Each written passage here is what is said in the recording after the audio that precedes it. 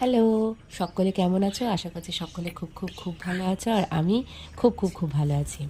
তো আজকে হচ্ছে ছিল 6th অফ জুনের ভিডিও এটা। তো সেদিন আমার জন্মদিন ছিল আর জন্মদিনে এই বছর স্পেশালভাবে সেরকমভাবে কিছুই করা হয়নি।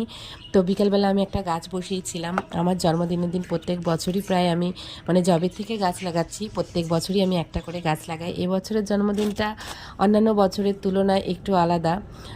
আলাদা বটে।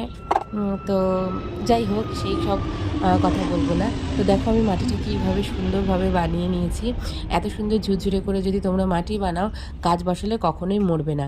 ঠিক আছে? মাটি, ভার্মি কম্পোস্ট আর কোকোপিট, এগুলোর রেশিওটা যদি ঠিকঠাক হয় তাহলে গাছ বসালে তুমি গাছ যেখানেই রাখো, রোদ্দুরে রাখো, ছায়ায় রাখো, জলে রাখো, গাছ তোমার কখনোই মরবে না।